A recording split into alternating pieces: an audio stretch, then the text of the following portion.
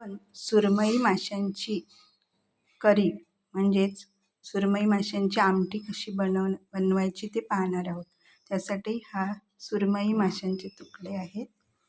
ही लाल सुकी मिरची, त्यानंतर कांदा, लसूण फोडणीसाठी, आणि ही लसूण आणि कांदा, खोबरं, एक वाटी, बडीशेप, धने, तिरफळ आणि हळदीचे पान घेतले आहे.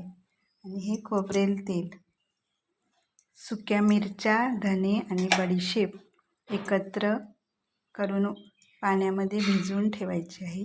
त्यानंतर खोबरं, कांदा, लसूण आणि हे सर्व साहित्य एकत्र वाटून घ्यायचे. नंतर तिरफळ वाटून घेऊन ते गाळून पाणी घालायचं. हे सर्व मी मिक्सरमध्ये वाटून घेतले आहे.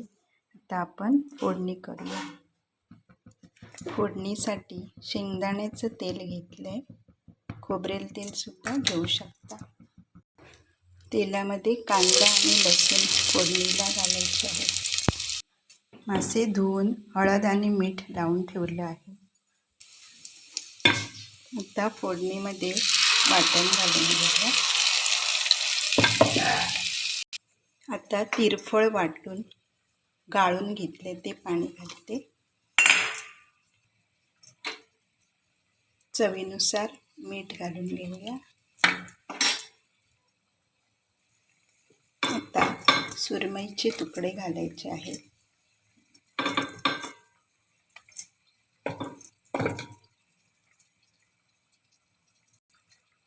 कोकम घालूया.